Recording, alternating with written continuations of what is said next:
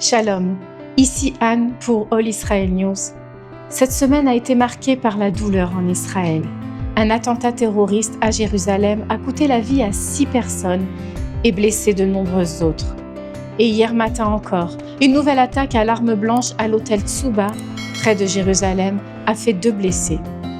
Nous nous souvenons aussi du retour des corps de 2 otages il y a 2 semaines à peine, rappelant que tant d'autres restent encore entre les mains du Hamas. À cela s'ajoutent des tensions croissantes avec le Qatar, après des frappes israéliennes visant des dirigeants du Hamas à Doha.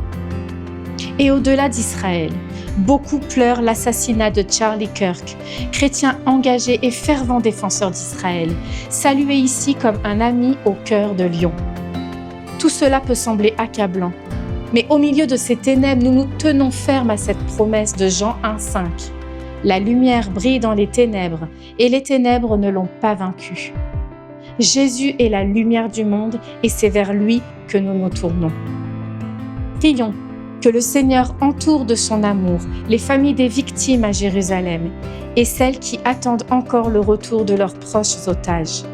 Demandons-lui d'apporter sa paix au milieu des larmes et de briser le cycle de violence. Demandons à Dieu de mettre en lumière les réseaux terroristes cachés et de les faire tomber.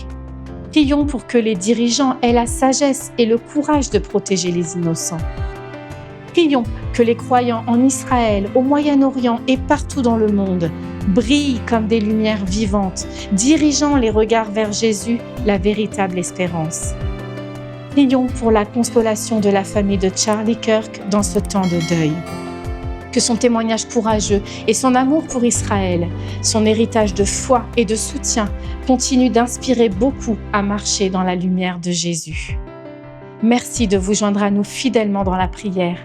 Abonnez-vous ou rendez-vous sur allisraelnews.com pour des informations fiables et des sujets de prière depuis Israël. Shalom de Jérusalem.